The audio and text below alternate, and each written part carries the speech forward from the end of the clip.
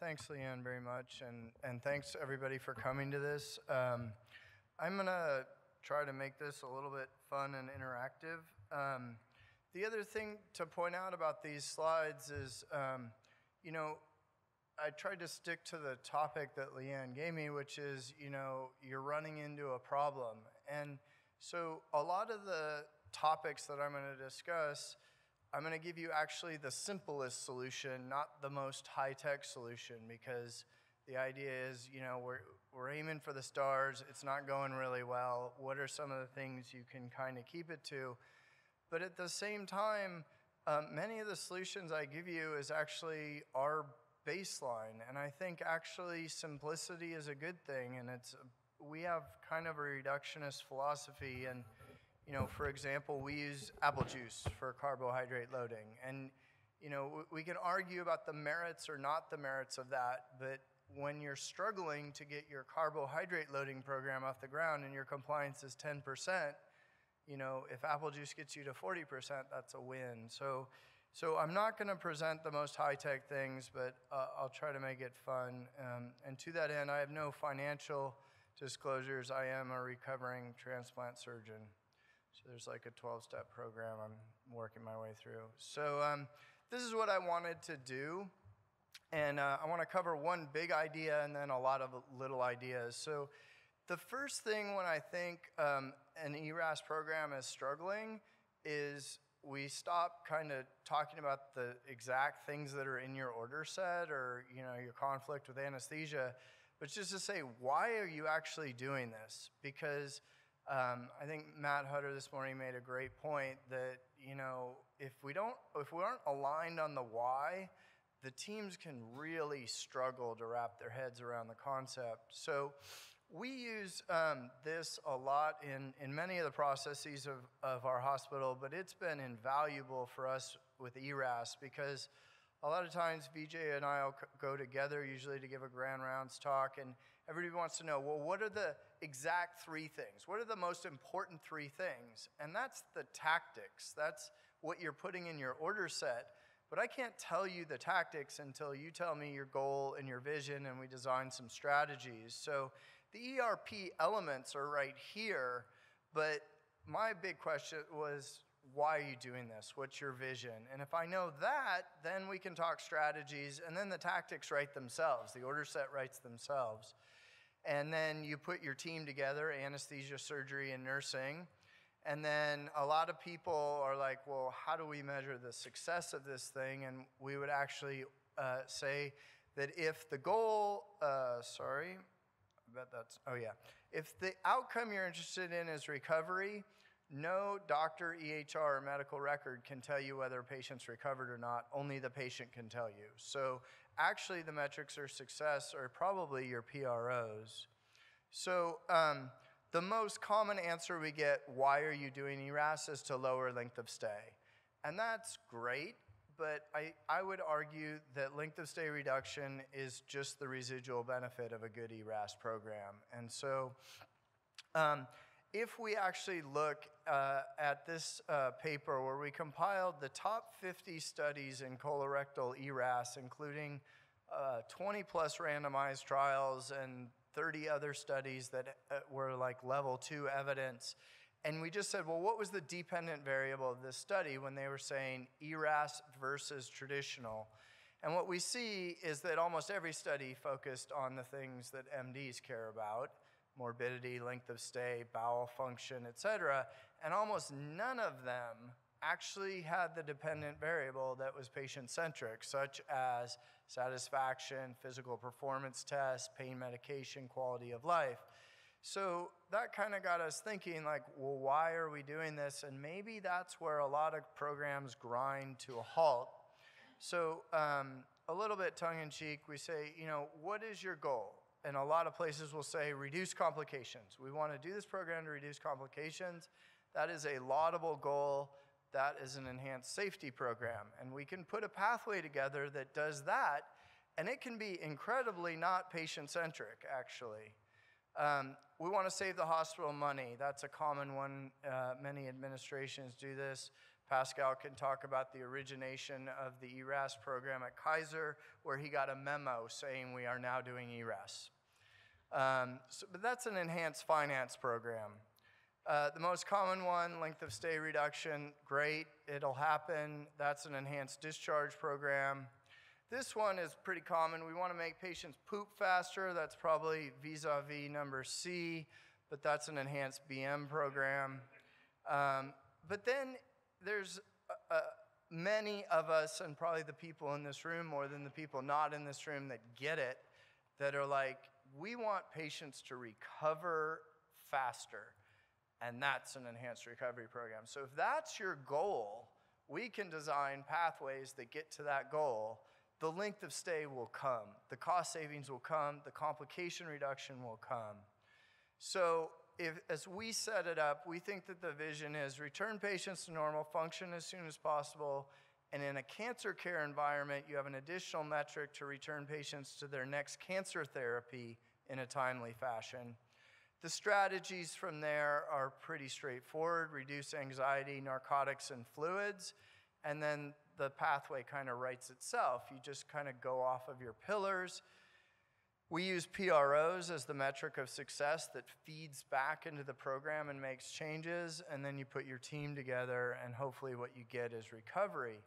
And we would submit that if your focus is on the patient's recovery experience, your program will be successful, and maybe a lot of these hurdles you're encountering might get ironed out.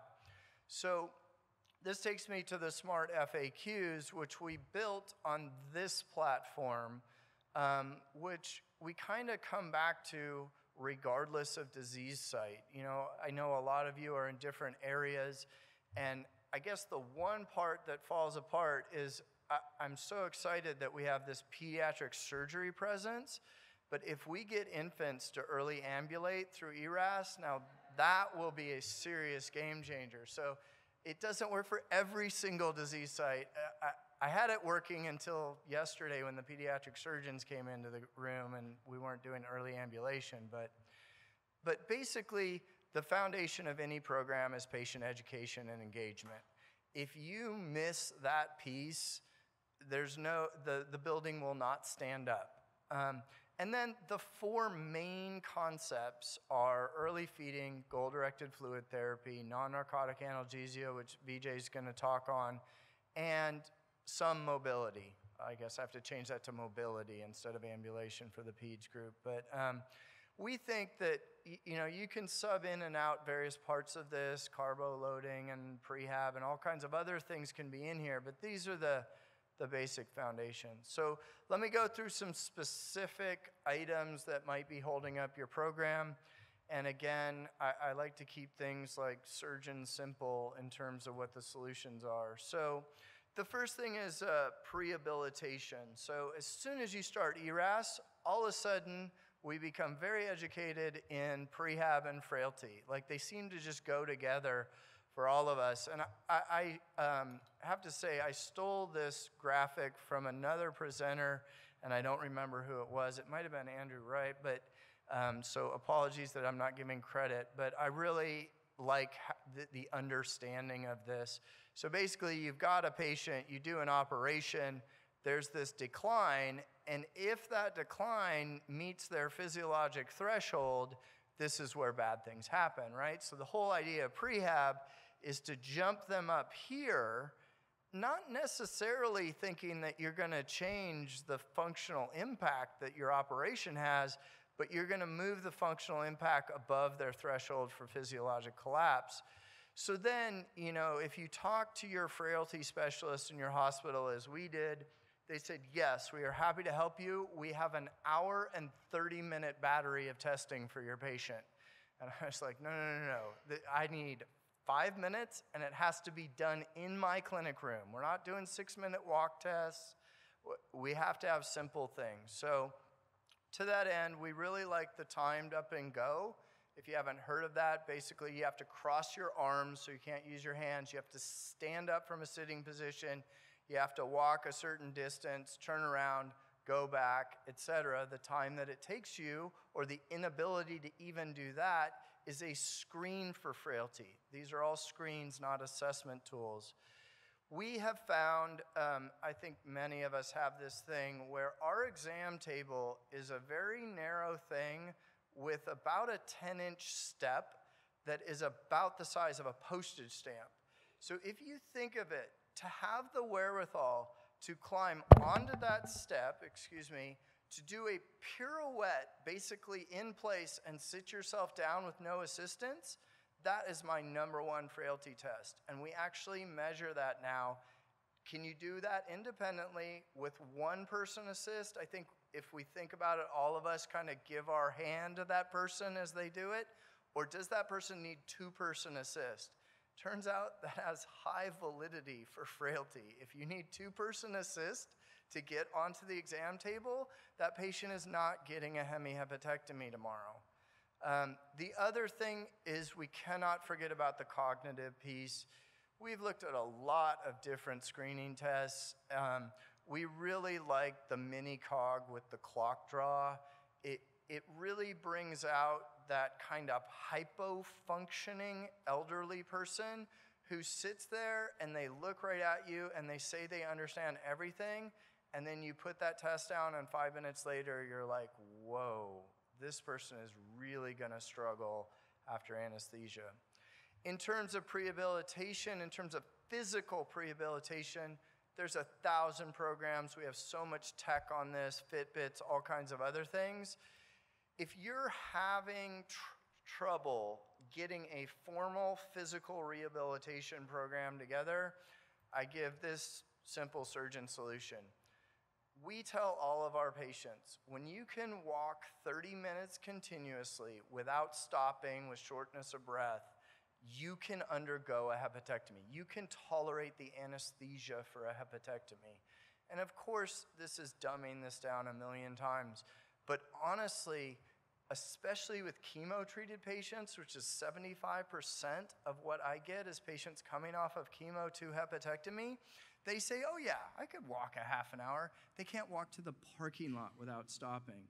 But you tell them it's fine. The first day was 10 minutes. The next day is 11. The next day is 12. We have 3 weeks to your operation. When you hit 30 minutes, and they will, send a message through Epic, hey, Dr. Aloia, I did 30 minutes, I'm ready. Can we move up the date? So again, a simple potential solution. Okay, I'm gonna cover Carboloading and the whole NBO guidelines thing. In terms of Carboloading, I think that we are gonna learn that there are products out there that you could give to patients probably for more than 5 days. I don't think anything can be done in less than 5 days to impact wound healing or things like this. But there are probably commercial products that are gonna be shown for a week to a month that actually do it. And it just makes sense. If we eat right before an operation or we supplement what we're not eating right, we're gonna be in a better nutritional state and we're gonna have better outcomes. But the whole conundrum that everybody's talking about is the availability, the cost. Like, I have this beautiful program and 5% of my patients actually do it. Well, what I would say is this.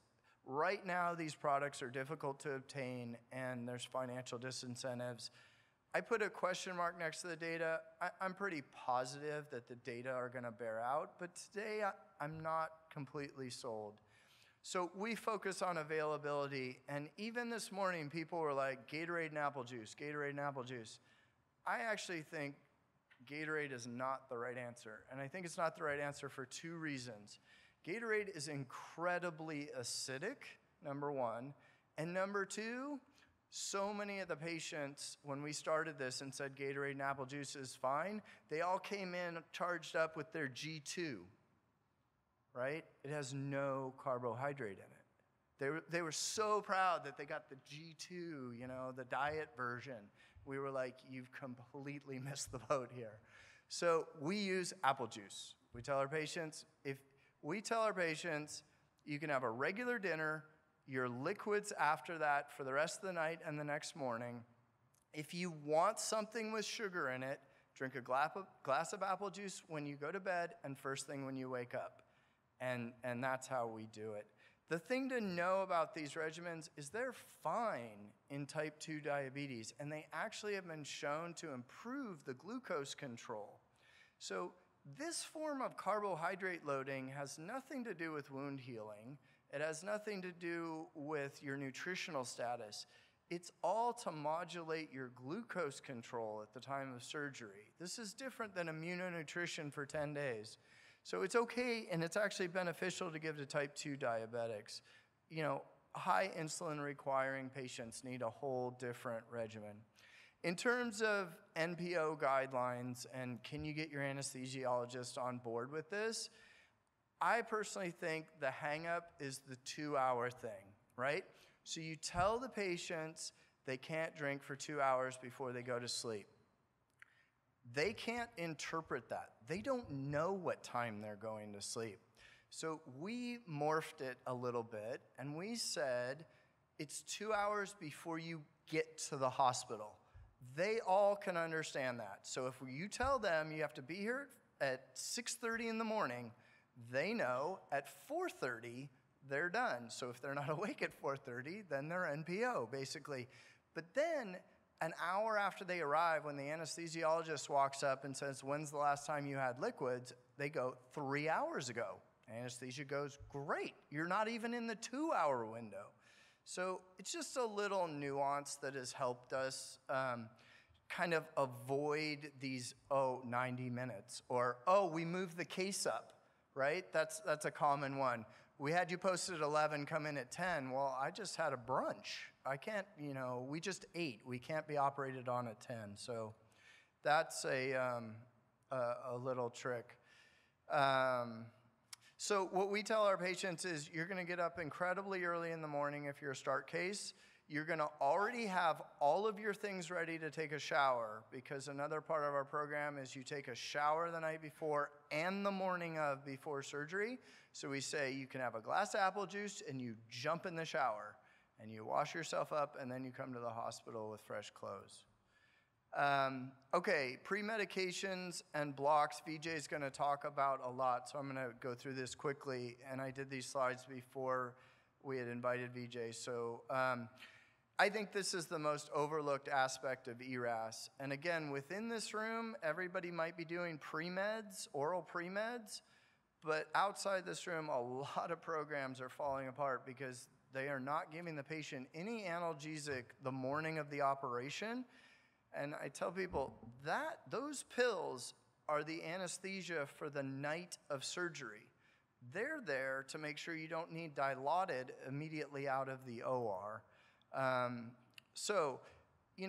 We all have this common thing no matter what we operate on. You do surgery, the patient has 2 weeks of pain, 2 days of pain, and 2 weeks of soreness.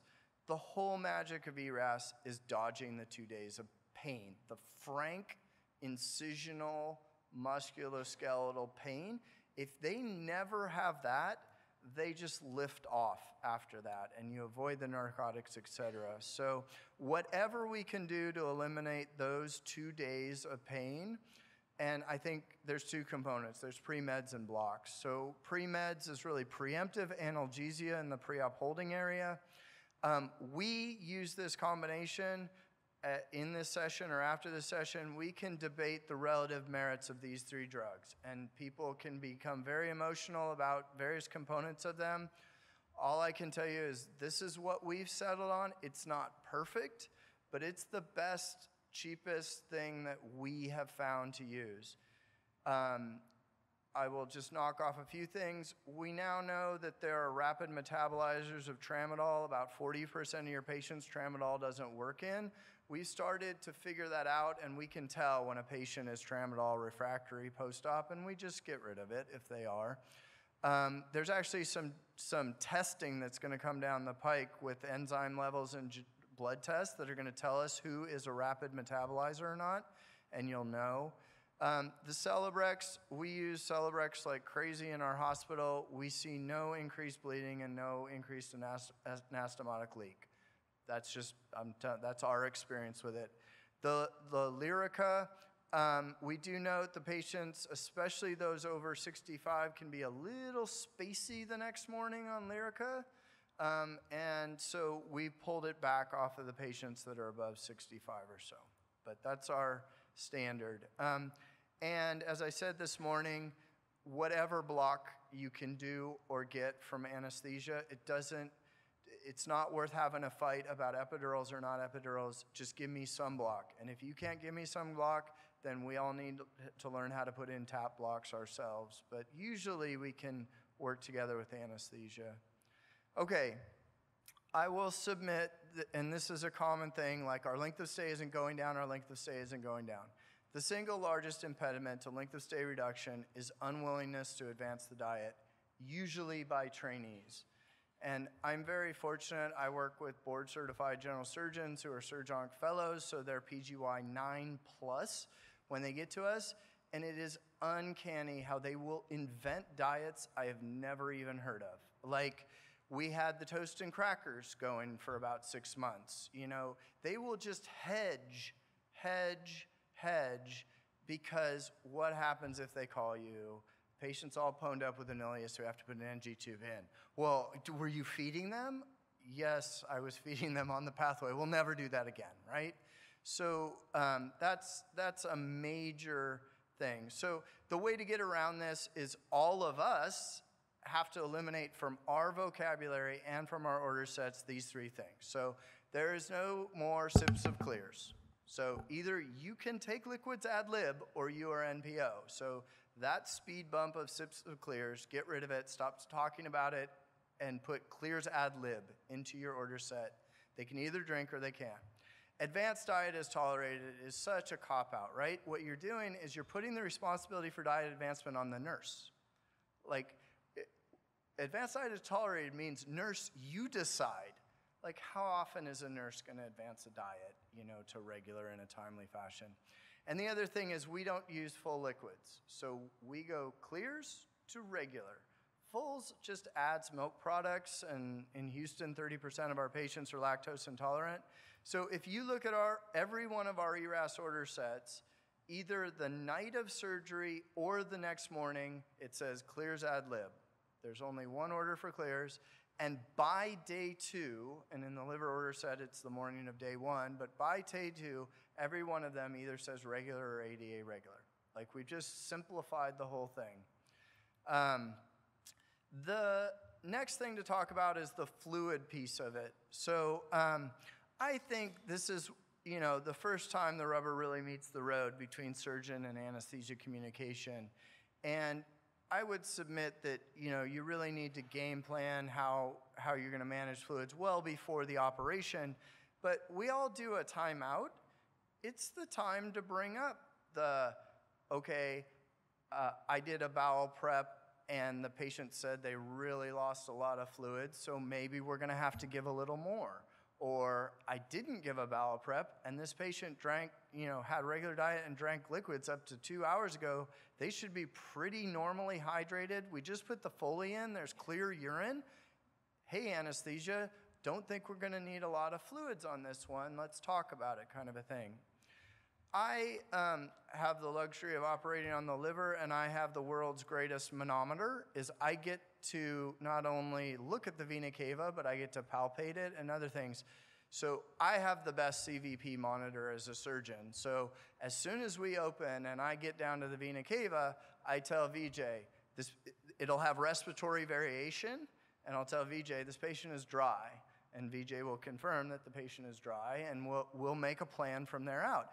I can also get down there and the cava is like a rock and bulging, and we need to have a talk. Sometimes VJ's put down a TEE for that because he's like, you know, the pressures are not supporting what you're saying, which is this liver is full of fluid and the cava is bulging.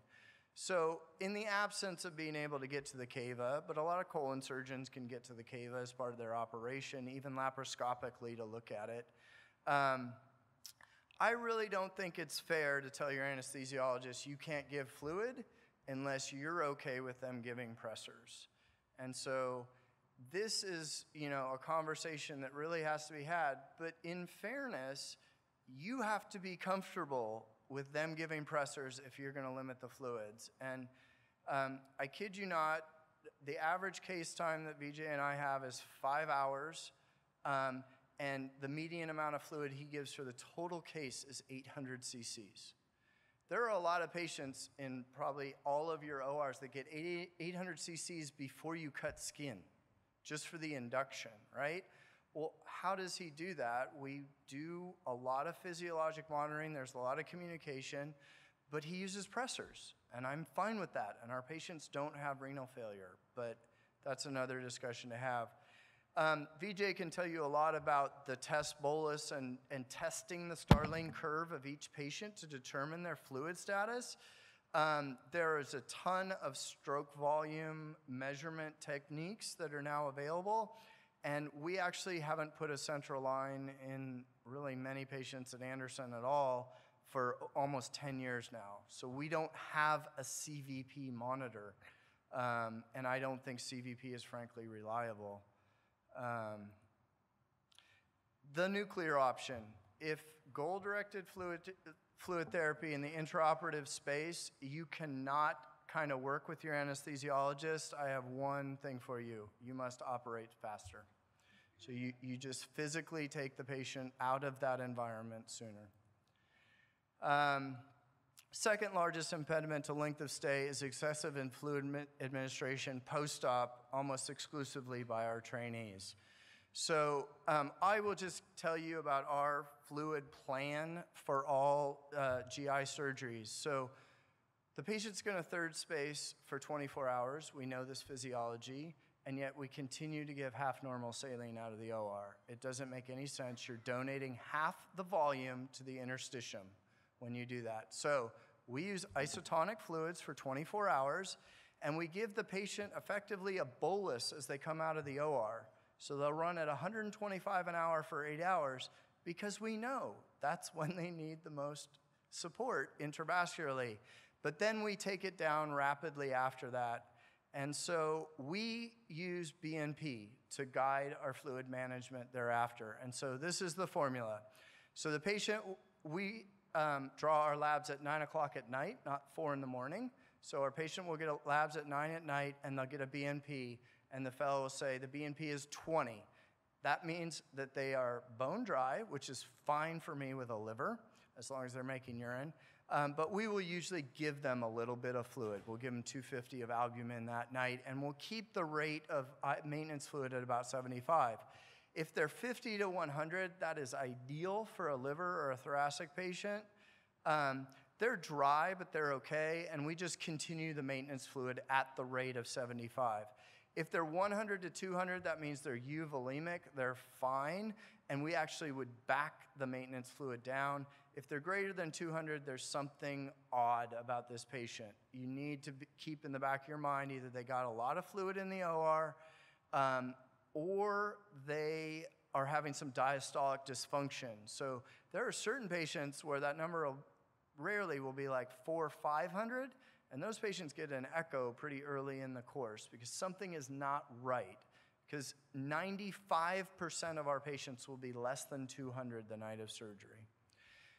The other thing is we saline lock not at a given day or time in the pathway. It's as soon as the patient can sustain themselves, and we define that as 600 cc's PO, which is about a tray and a half of clears. So effectively, if they get through 2 trays of clear liquids, we saline lock. It doesn't matter if they have an epidural, doesn't matter if they had a HIPEC, doesn't matter what procedure. As soon as they sustain themselves, we stop donating more crystalloid to them. And then the other thing is, instead of reacting to hourly urine outputs, when all of us know that first night the urine's going to go 20, 30, 20, 30, 20, 30, 20, 30. And every time it goes to 20, your fellow's going to get a call, your resident's going to get a call, and they're going to get 500 of saline. It would happen whether they got the saline or not. So we tell them, aggregate 2 hours worth. If it's less than 50, then you can bolus. It literally cuts the boluses down by about 70% just by aggregating 2 hours urine output. And the proof of concept is the Mayo Clinic colectomy experience. As many of you know, they have this beautiful program, many thousands of patients in. And very early in their program, they got down to like 4.2 days length of stay. And they were like, this is great, we're really rocking now. And they did another intervention, they did another intervention, they did another intervention. It wouldn't budge. And so they really looked at all of their processes. They did one more intervention, and it came down to 2.2 days, and it's been there ever since. And people that haven't heard my talk, does anybody know what intervention they did? They took the resident's right to bolus the patient away without calling and attending. And literally, the length of stay dropped by 2 days. Okay, patient engagement. I told this story this morning. I won't repeat too much of it, but our patients were getting a little frustrated with us as earass doctors because they felt like we had a playbook that we were expecting them to meet some criteria, but we hadn't told them what that playbook was.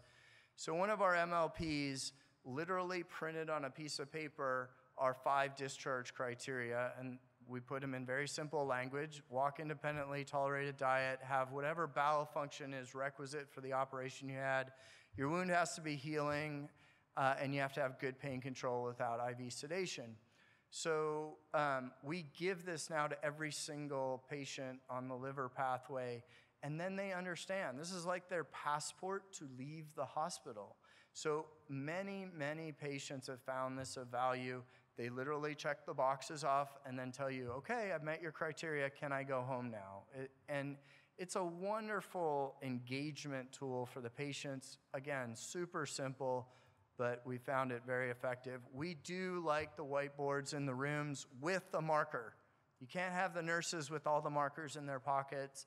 There has to be a marker so the patient can say, I did 4 walks a day, and mark it off. Okay, I don't know, there might be some conflict with anesthesia in your centers. We have to stop doing this as surgeons, okay? We really need to be more collegial and collaborative. So here's some things. And I take this slide, the first slide didn't come from VJ, but this one did, is people don't resist change, they resist being changed. And where I think this gets off the rails is it's not personal. You're not saying this is a bad person. You're not even saying that what they're doing is bad. You're just trying to say, hey, can we work together to give a little less fluid, and here's why. And maybe you could even throw out there, I'm willing to discuss pressors with you if that's what it takes to do this, kind of a deal. So whenever it gets heated between surgery and anesthesia, we can frequently track it back to somebody saying, you're bad, and not what you're doing, I think we could do a little better. So that's number one. The other thing is the communication keys. The amount of decision-making that has to go on now to accomplish earass or surgery even without earass has exponentially increased. And where there might have been 2 or 3 decisions, there's now about 25 decisions that need to be made per case. And we think the timeout is too late. If you're waiting to the timeout to vet all these things, it's too late. So we really think you have to have communication long before the case that sets some guidelines both in general and for your case in terms of pre-meds, regional blocks, how you're going to handle the fluids, and what you're going to do about narcotics. So in our environment, that's usually the night before the case we discuss the next day's plan. So we have an electronic system. I get a page and an email at 5 o'clock that lists all my cases, my rooms, and who the anesthesiologist is, and Anesthesia gets a list of all the rooms they're running, all the cases they're doing, who the surgeons are. Between then and 6 o'clock, most times, some email, text, or phone call flies back and forth. And at this point, it's like, is this the usual? And I say yes, and that's all we need to do. But early on, it might be, tap block plus pre-meds, hold the Celebrex. It might look something like that until you kind of get your groove with it. The other thing we as surgeons need to do, you have to find a way to share the earass success with your anesthesia colleagues. Think about it from their perspective. You're gonna make them totally change the way that they give anesthesia, give less fluids, keep them in the room more, have them be more attentive, do TIVA anesthesia, which is a new technique, lots of new things, all these changes, and you never tell them the patient did better. How are they ever going to know that their changes actually affected the patient? So, we frequently will drag an anesthesiologist out of the OR and say, look how good Mrs. So-and-so looks.